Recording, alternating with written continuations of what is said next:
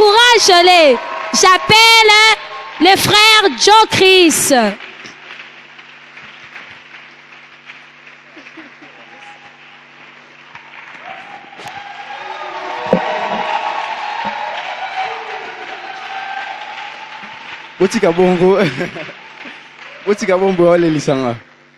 Amen. S'il vous plaît, est-ce qu'on peut m'accompagner avec les pianos? Je sais que vous êtes fatigués, s'il vous plaît. Et puis on va prendre une chanson.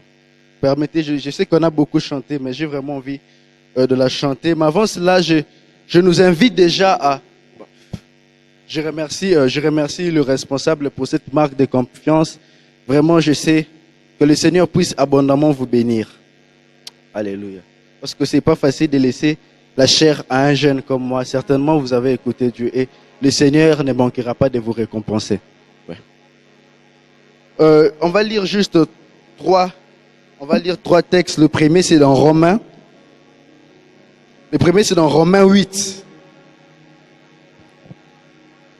Pardon, je vais faire un peu vite. Romains 8, à partir du verset 5 jusqu'au verset 8. Je lis au nom du Seigneur. Ceux, en effet, qui vivent selon la chair s'affectionnent aux choses de la chair, tandis que ceux qui vivent selon l'esprit s'affectionnent aux choses de l'esprit. Et l'affection de la chair, c'est la mort, tandis que l'affection de l'esprit, c'est la vie et la paix. Est-ce que tu peux dire après moi, la vie et la paix? Car l'affection de la chair est inimitié contre Dieu, parce qu'elle ne se soumet pas à la loi de Dieu et qu'elle ne l'aime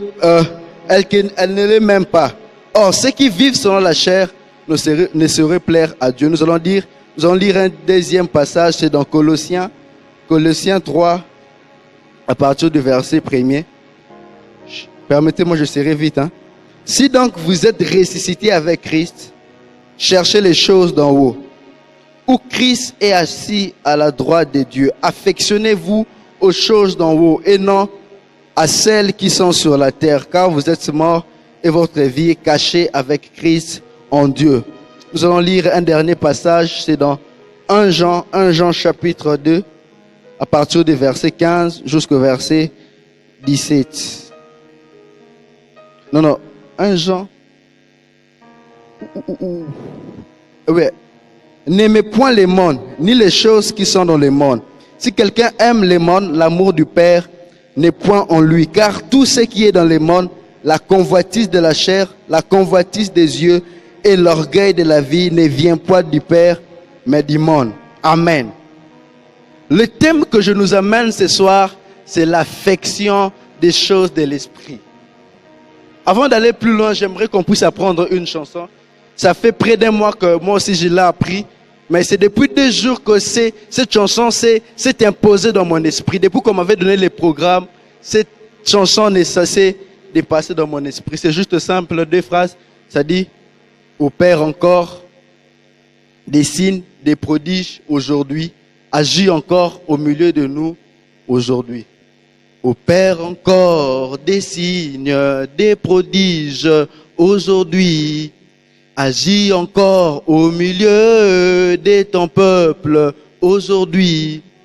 Opère encore des signes, des prodiges aujourd'hui. Agis encore au milieu de ton peuple aujourd'hui. Opère encore des signes, des prodiges aujourd'hui. Agis encore au milieu de ton peuple aujourd'hui. Ceux qui ont compris, est-ce que vous pouvez me rejoindre à chanter cette chanson? C'est pas difficile. Si aussi la chorale peut m'aider à chanter. Opère encore des signes, des prodiges aujourd'hui. Agis encore au milieu de ton peuple aujourd'hui. Opère encore des signes, des prodiges aujourd'hui. Agis encore au milieu. Est-ce qu'on peut chanter ensemble? Aujourd'hui, opère encore des signes, des prodiges. Aujourd'hui, agis encore au milieu de ton peuple. Aujourd'hui, opère encore des signes, des prodiges aujourd'hui. Agis encore au milieu de ton peuple. Est-ce que tu peux nous rejoindre? Opère encore des signes, des prodiges aujourd'hui. Agis encore au milieu de ton peuple aujourd'hui. Opère encore des signes, des prodiges aujourd'hui. Agis encore. Écoute ça, ton peuple aujourd'hui. Que les mondes sachent que tu es le même, hier, aujourd'hui, éternellement, et agis, agis aujourd'hui, agis,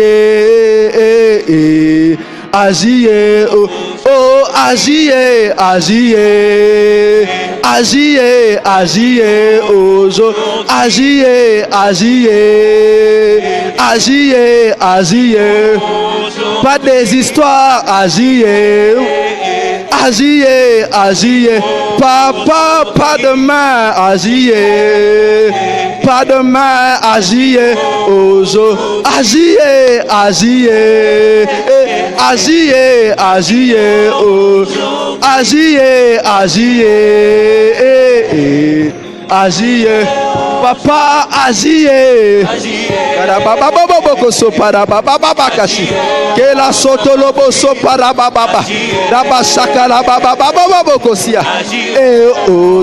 pas de main, agis, pas de histoire, agis, nous voulons te voir, agis, voulons te voir. Seigneur, ô Dieu des armées, je prie, Seigneur, qu'en ces jours, que le miracle s'opère, que les signes, Seigneur, ô Dieu, s'effacent. Montrez, Seigneur, en ces lieux. Je prie que ton esprit s'émeut et que le miracle s'accomplisse en ces lieux, dans le nom de Jésus-Christ. Si vous continuez à m'accompagner avec ces sons, si vous pouvez même augmenter les volumes. Comme j'étais en train de... Nous avons lu 3 textes. Le premier, c'est dans Romains. Romain est en train de nous parler des caractéristiques de l'homme spirituel. Il dit, celui qui est spirituel s'accroche aux choses de l'esprit. Mais tandis que celui qui est charnel s'accroche aux choses de la chair. En fait, l'homme spirituel, c'est quelqu'un qui voit plus loin. Lui voit les cieux, il voit les choses spirituelles, celles qui sont importantes. Mais l'homme spirituel, c'est quelqu'un qui s'attarde à la terre, alors que nous sommes tous des passagers. Et nous avons aussi lu dans Colossiens 3. Colossiens 3, Paul n'est pas seulement en train de nous dire de nous affectionner aux choses de l'esprit. Mais Paul dans Colossiens est aussi en train de nous dire de rechercher les choses de l'esprit. Les choses d'en haut où se trouve Christ. Et finalement, on a fini par lire dans 1 Jean. 1 Jean dit, n'aimez point les choses du monde. Celui qui aime le monde, l'amour du Père n'est pas en lui. Et puis là, il a donné quelques exemples de choses du monde. Il a parlé de l'orgueil de la vie. Il a parlé de la convoitise des yeux. Il a parlé aussi de la convoitise de la chair. En fait, les choses du monde, le travail, ce n'est pas mal. Le travail, aussi, ça fait partie des choses du monde. Mais il y a des choses qui ont été établies par Dieu. Et il y a aussi de ces choses qui n'ont pas été établies par Dieu, qui ont été établies par des humains. Établies, je dirais même, par des humains sous l'inspiration des mauvais esprits. Et ces choses qui sont dans le monde, c'est les péchés. Mais Dieu n'est pas contre le travail, Dieu n'est pas contre les mariages, etc., etc. Mais ces choses aussi ne doivent pas être notre priorité. Voilà. Je viens avec moi, j'ai 4 points. Le premier, je parlerai de... lorsqu'on parle des choses de l'esprit, il s'agit en fait de quoi? Bon, lorsque je parle de ça, il s'agit de quoi? Deuxièmement, je parlerai de pourquoi s'affectionner aux choses de l'esprit. Est-ce qu'il est vraiment important? Et puis troisièmement, je vais prendre un exemple des choses de l'esprit. Enfin, je finirai par parler de la conséquence de l'affection de l'esprit. Est-ce que quelqu'un est là? Est-ce que quelqu'un est là? Je vous sens fâché. C'est comme si on a un problème. Soyez à l'aise. Nous sommes dans la présence de Dieu. Est-ce que quelqu'un est là? Ah, si tu étais là, est-ce que tu peux crier avance? De quoi il s'agit? Vous savez, de la même manière, il existe des choses du monde. Il existe aussi des choses qui sont spirituelles. Des choses du monde, il y a des choses comme l'argent, Il y a beaucoup de choses, la mode, ce sont les choses mondaines. Mais les choses spirituelles aussi existent. Des choses comme l'onction, des choses comme les dons spirituels, des choses comme le fruit de l'esprit. Ce sont des choses spirituelles. Et ce que j'aime avec Colossiens, est que Colossiens est en train de préciser une chose. Il dit, affectionnez-vous aux choses d'en haut où Christ est. Il ne s'est pas seulement arrêté à dire, affectionnez-vous aux choses d'en haut. Parce qu'il existe aussi des choses spirituelles, mais qui ne sont pas de Dieu. Déjà, la Bible nous parle de domination des autorités, ces esprits méchants qui sont dans le lieu céleste. Et aussi sont en haut, pardon. Mais notre Dieu n'est pas de la même dimension que eux. Lorsqu'on lit dans Genèse 1, la Bible nous dit quoi? Que Dieu créa les cieux et la terre. En examinant ces passages, tu vas constater avec moi qu'on parle de 3 dimensions. On parle de la dimension physique, on parle de la dimension spirituelle et on parle de la dimension de la divinité. Dieu crée les cieux et la terre. Ça veut dire que lui, sa présence physique n'est pas dans les cieux ni dans la terre. Il est forcément quelque part. Et le lieu où il se trouve, c'est ça la dimension divine. Et ce que j'aime avec nous, on n'est pas dans le 2e ciel. On n'est pas dans le 2e monde. On n'est pas dans le cieux. Mais nous sommes avec... Nous sommes avec Dieu. Là où Christ est, c'est là que nous sommes. Au-dessus de toutes choses. La Bible dit que la droite de l'Éternel est élevée. Et Jésus est assis à cette droite. Nous sommes en lui. Un chrétien ne doit pas avoir peur de démons. Un chrétien ne doit pas avoir peur de sorciers ou des occultistes. Et ils sont dans le 2e ciel.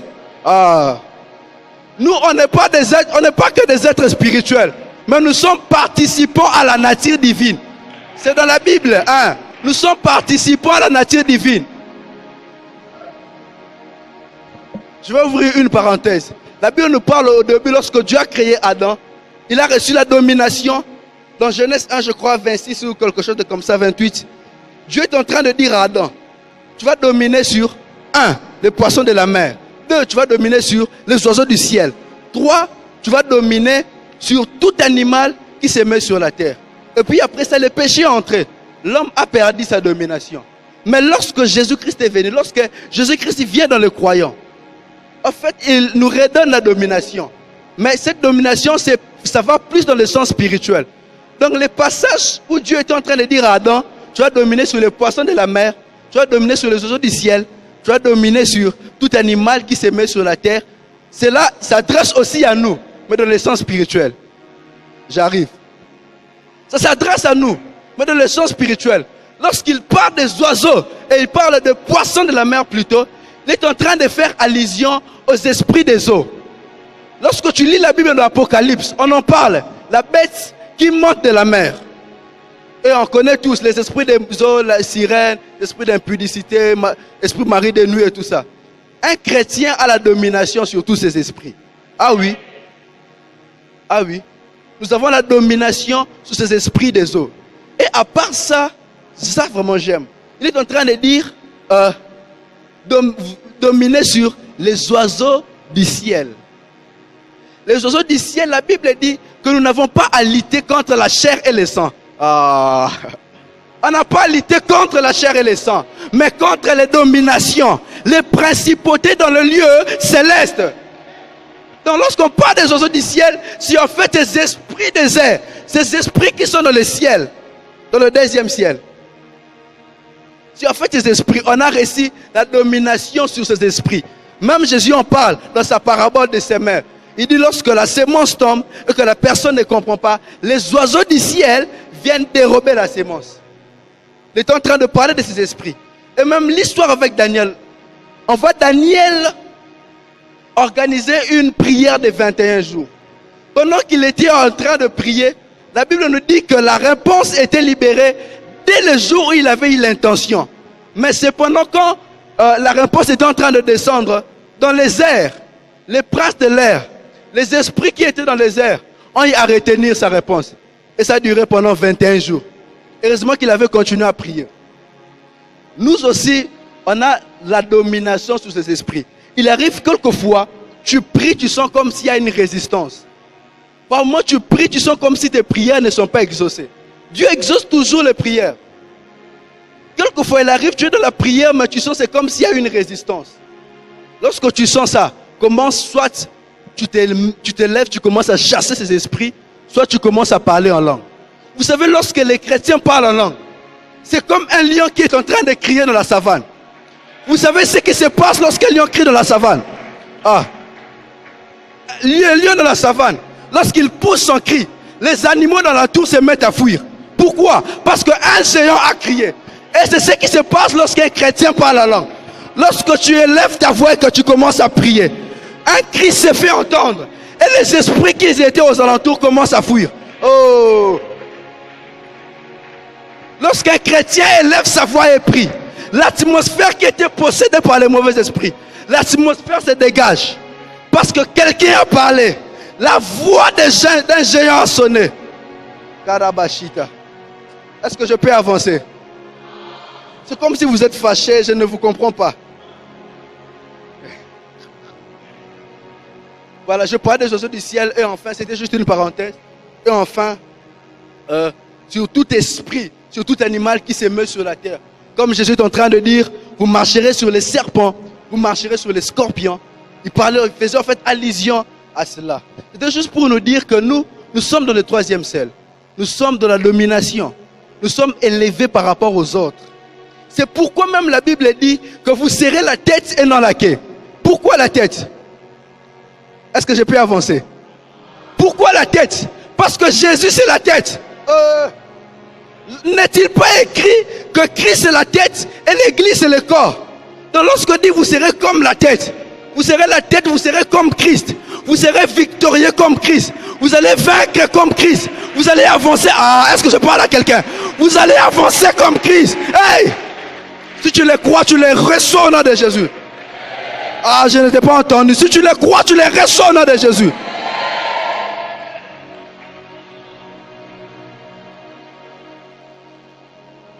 Mon deuxième point, pourquoi alors s'affectionner au cesse de l'esprit? Vous savez, lorsque nous avons reçu Christ, on a reçu en fait une nouvelle nature. C'est pas ce qu'on appelle la nouvelle naissance, mais c'est une naissance spirituelle. Donc nous sommes désormais des êtres spirituels. Et étant qu'un être spirituel, il faut fonctionner comme un esprit. L'esprit s'intéresse aux choses de l'esprit. Est-ce que je parle à un esprit en ce lieu? J'ai noté pourquoi s'affectionner aux choses de l'esprit. Premièrement, parce que c'est un ordre divin. Jésus dit, recherchez premièrement le royaume des cieux et sa justice. Là, parler de premièrement. S'il parle de premièrement, ce qui est un deuxièmement, il y a un troisièmement. C'est-à-dire, c'est pas mal de rechercher le travail. C'est pas mal de rechercher, je ne sais pas moi quoi, les mariages. Mais premièrement, ce n'est pas ça. Premièrement, c'est d'abord le spirituel. Parce que c'est lui qui a trouvé le spirituel, a tout trouvé. Il a dit, cherchez premièrement. Et les autres choses là vont vous suivre. Deuxièmement, je ne sais pas pourquoi s'affectionner. C'est parce que qui s'affectionne aux choses de l'esprit est ami de Dieu. Donc on a lu dans les textes, on dit que l'affection de la chair est inimitié contre Dieu. Mais celui qui s'affectionne aux choses de l'esprit, il est ami de Dieu. S'affectionner aux choses de l'esprit, c'est s'intéresser aux choses de Dieu. Aimer les choses de Dieu, aimer la parole, aimer les dons spirituels, aimer les dons de la guérison, aimer la prophétie, aimer les parler en langue. C'est triste de voir à l'église aujourd'hui des gens qui n'ont pas les parler en langue. C'est triste. Il y a même des gens qui n'ont pas d'aspiration spirituelle. Tu demandes à quelqu'un, tu aspires à quoi spirituellement? Il commence à réfléchir. C'est pas normal. Ça prouve que tu es charnel. Plus on s'affectionne aux choses de l'esprit, plus nous sommes spirituels. Et puis, j'ai encore dit une autre chose. Chercher les choses d'en haut, c'est chercher Dieu. Pourquoi? Parce que tout ce que Dieu a, c'est ce qu'il est. N'est-ce pas que Christ a la solution? N'est-ce pas que Christ est la solution? N'est-ce pas que Christ a la guérison? N'est-ce pas que Christ est la guérison? Donc celui qui cherche ce que Dieu a, cherche en fait Dieu. Le Saint-Esprit a l'onction.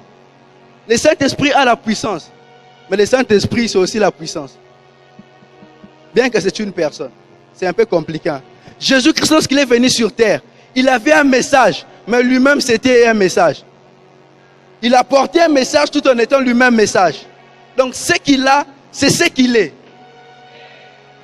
Voilà pourquoi il faut chercher ce que Dieu a. Il faut chercher Dieu. Il faut chercher Dieu, j'aimerais dire. Il faut chercher Dieu.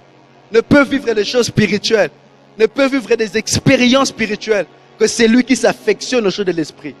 Le spirituel est plus merveilleux que le physique, je vous dis. Oh. Le spirituel, c'est plus merveilleux. Déjà, nous sommes des passagers sur terre. La terre, ce n'est rien. L'argent, tu vas laisser ça. Les maisons, ça va rester. Nous sommes tous en route vers l'éternité. Mais là-bas, il y aura des récompenses. Or, les récompenses que tu auras dans l'éternité est déterminées par le travail que tu fais ici sur terre. Si nous sommes ici, c'est pour préparer notre éternité. C'est pour préparer notre éternité. Où passeras-tu ton éternité? Et comment les passeras-tu? Tu peux être avec Jésus-Christ. Mais quelle sera la grandeur des récompenses que tu auras? Il faut travailler pour Dieu. On n'est pas né pour nous reposer. Si nous sommes venus ici sur terre, c'est pour travailler pour Dieu, c'est pour bosser. Et puis, mon avant-dernier point, j'avais dit que je vais parler je vais prendre un des exemples. Un exemple des choses de l'esprit. Et j'ai pris l'onction. Ouais, moi, soutiens-moi, papa, ouais, moi,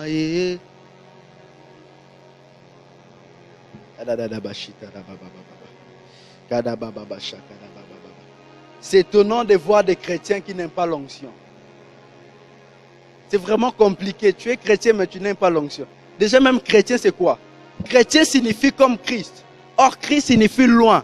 Celui qui a l'onction. Qui dit qu'il est chrétien? Chrétien, en fait, c'est comme celui qui a l'onction. Et puis, tu dis que tu n'aimes pas l'onction. Malheureusement, aujourd'hui, on pense que l'onction, c'est seulement genre... vous savez, les choses là. Vous savez. L'onction, c'est pas seulement ça. L'onction intervient dans tous les domaines. L'onction peut t'aider dans le travail, dans ce que tu fais. La Bible nous parle de Bésaël. Il a été oint pour faire des travaux des mains. Ce n'était pas pour faire tomber les gens. Nous avons besoin de l'onction. L'onction, c'est toute une vie. L'onction, c'est toute une vie. L'onction, c'est comme l'électricité. Lorsqu'on n'a pas, on est dans les ténèbres. Et un vrai chrétien, c'est quelqu'un qui a soif de l'onction. C'est quelqu'un qui recherche l'onction. Parce que la vie sur terre dépend de ça. Le travail que tu fais pour Dieu dépend de l'onction que tu as. Le travail que tu fais pour Dieu dépend de la mesure d'onction que tu as. Comme je l'ai dit, dans l'éternité, on aura des récompenses. Mais cela va dépendre du travail que nous sommes en train de faire ici sur terre. Or, on ne peut pas travailler pour Dieu sans l'onction. On ne peut pas travailler pour Dieu sans l'onction. Frère, il faut aimer l'onction. Sœur, il faut aimer l'onction. Il faut être à la recherche de ça. Que ça puisse grandir. Tu ne peux pas vivre le vrai bonheur sur terre si tu n'as pas encore rencontré l'onction. En fait, l'onction, comme je le disais, l'onction, c'est aussi le Saint-Esprit. C'est le Saint-Esprit en train de produire des résultats extraordinaires.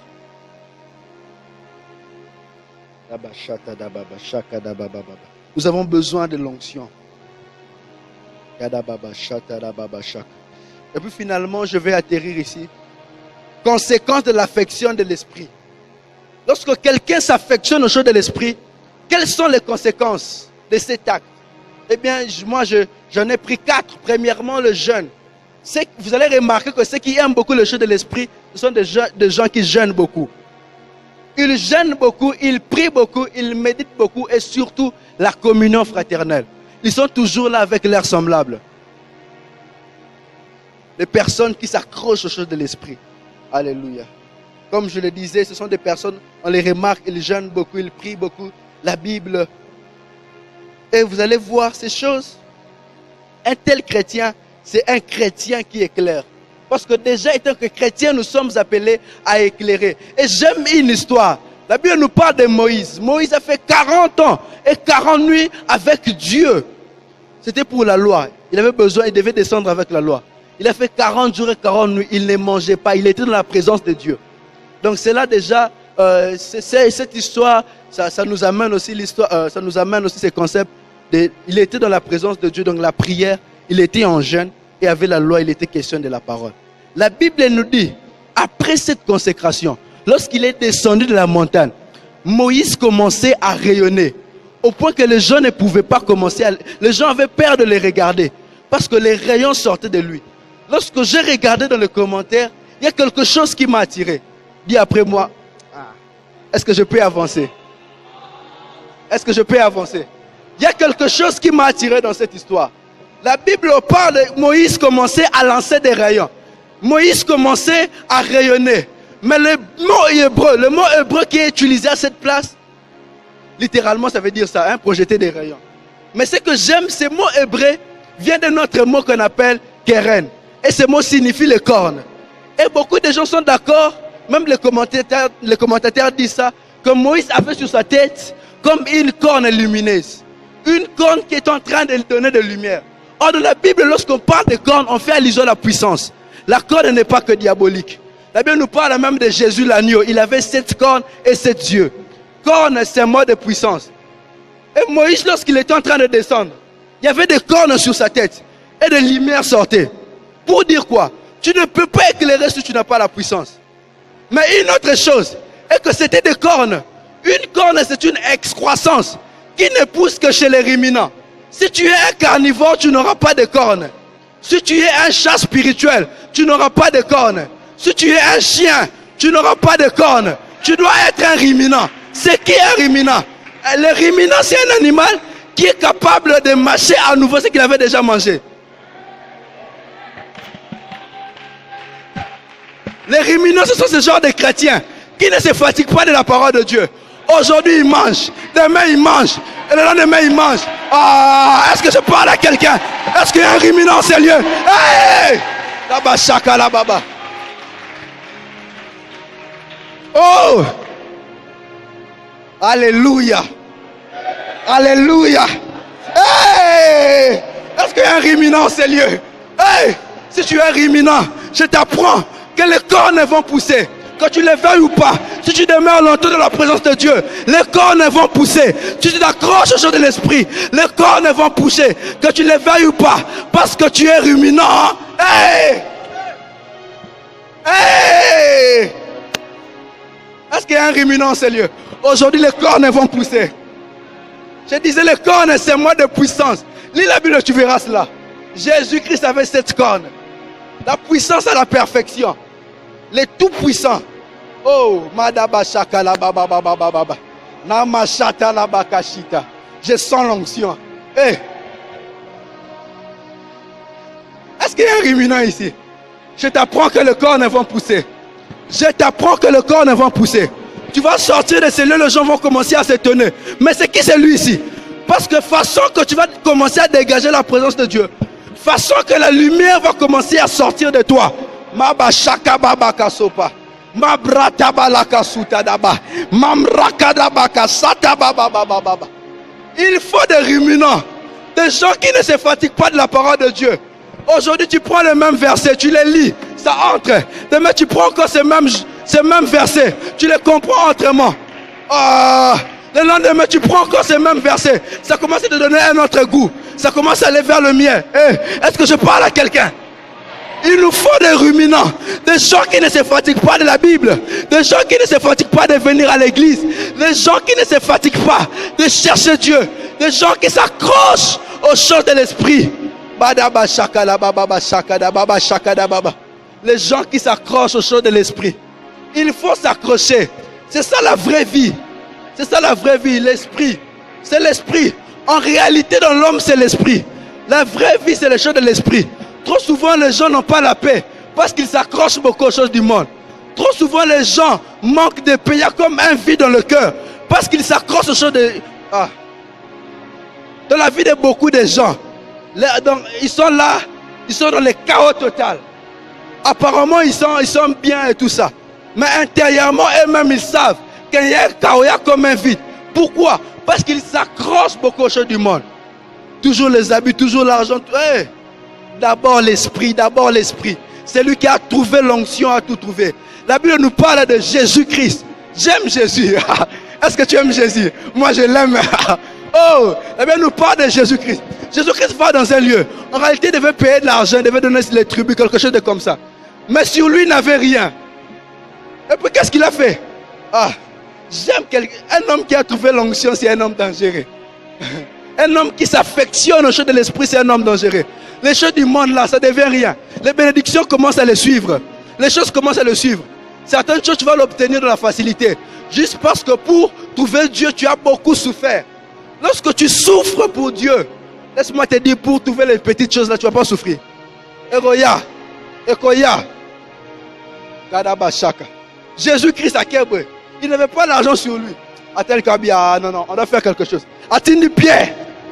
Kenekuna, a qui a péché comme Miss. Donc, Abissé que nos péchés Miss. Nakati, il a trouvé de l'argent. Ils n'ont pas souffert pour obtenir cela. C'est vrai, il faut travailler. Il n'a pas souffert. Hein? Il faut d'abord travailler pour Dieu. Il faut travailler pour Dieu. Il faut travailler pour Dieu. Il y a des bonnes choses qui sont derrière le service. Des merveilleuses choses. Des choses que tu peux obtenir facilement. J'aimerais qu'on prie. Est-ce que là où tu es déjà, tu peux simplement commencer à désirer. C'est vrai que c'est par la foi que le Seigneur entre dans notre vie. Mais la soif détermine l'action de Dieu dans notre vie. Si ta soif est petite, tu vivras aussi des petites choses. Comme le pasteur Hick a souvent l'habitude de le dire, si tu es dans le superficiel, le Seigneur va se révéler à toi aussi dans le superficiel. Il est temps d'entrer en profondeur. Il est temps d'entrer en retraite. Il est temps de chercher Dieu. Il faut chercher Dieu. Il y a un fort mouvement qui veut souffler. C'est pas pour rien que cette chanson s'est imposée dans mon esprit. C'est maintenant le temps des signes et miracles. Il y a une saison qui est en train de se préparer. Mais il faut des ruminants, des gens qui ne se lassent pas de Dieu. Il faut ce genre d'hommes pour que ces réveils viennent. Les signes et prodiges, nous allons voir ces choses. Même ici, nous allons voir des grandes choses. Est-ce que là où tu es, tu peux te tenir devant? Tu peux te tenir debout plutôt.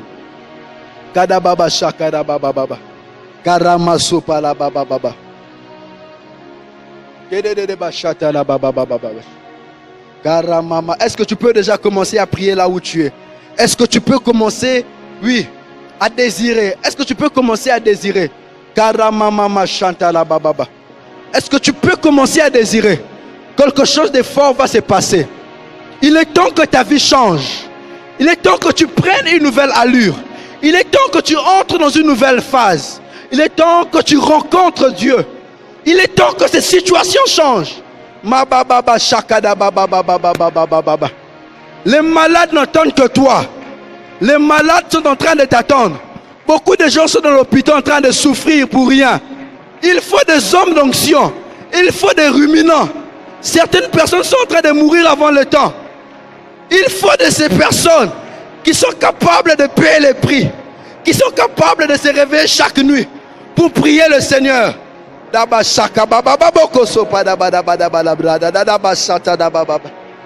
Si tu désires ces choses, je t'annonce que ça va tomber sur toi. Si tu désires ces choses, je t'annonce que le Seigneur va te visiter.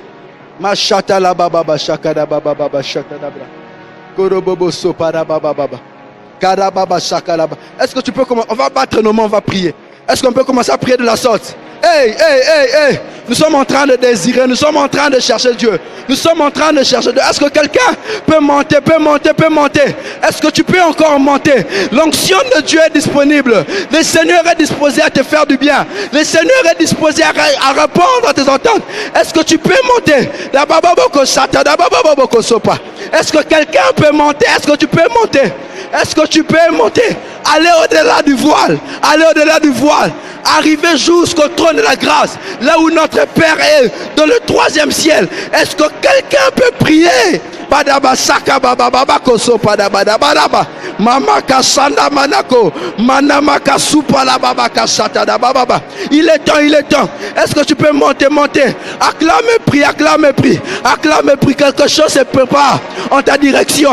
Quelque chose se prépare en ta direction. Quelque chose de fort. Quelque chose de puissant. Quelque chose de puissant. Ça va combler, ça va te combler. Daba shakada baba boko sopa. Madaba daba shakada baba babaka.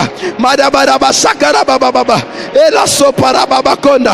Madaba kashite lebro. Madaba baka shata la baba baba. Continue à désirer. J'entends quelqu'un prier. J'entends quelqu'un prier. J'entends quelqu'un prier.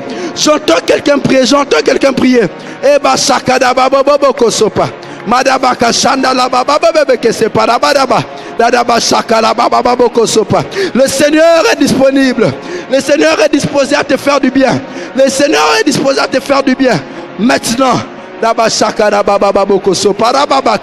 Mamrata badaka sutemano, mamrapada barabaka shatamano, mampeleka sutele babakasha, karabababaka satara bababasha.